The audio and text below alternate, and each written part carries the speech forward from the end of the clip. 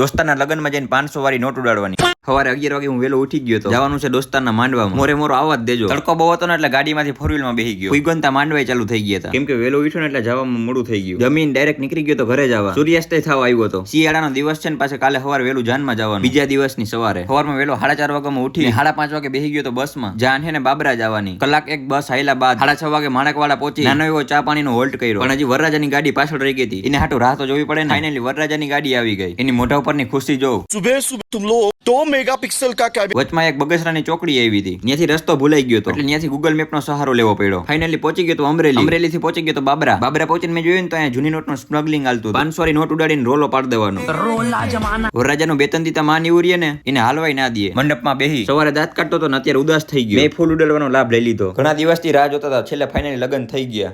ને કીધું તું ભાઈ રેવા દે પણ ઈ ના માન્યો. મંત્ર બોલવા પેલા થોડીક બુધાલાલ થઈ જાય. તમાકુ ખાઈને થોડુંક આગળ વધારીએ. મારે પાછું જવાનું આમાં છે બધી વસ્તુ ભરીને. પડી ગઈ હતી ને વરરાજાની એન્ટ્રી કરવા હાટુ ફટાકડા ફોડ નાખ્યા. ફટાકડો ફૂટે તો જ. આજના વ્લોગમાં આટલું. સબસ્ક્રાઇબ ટુ મોર મિની વ્લોગ.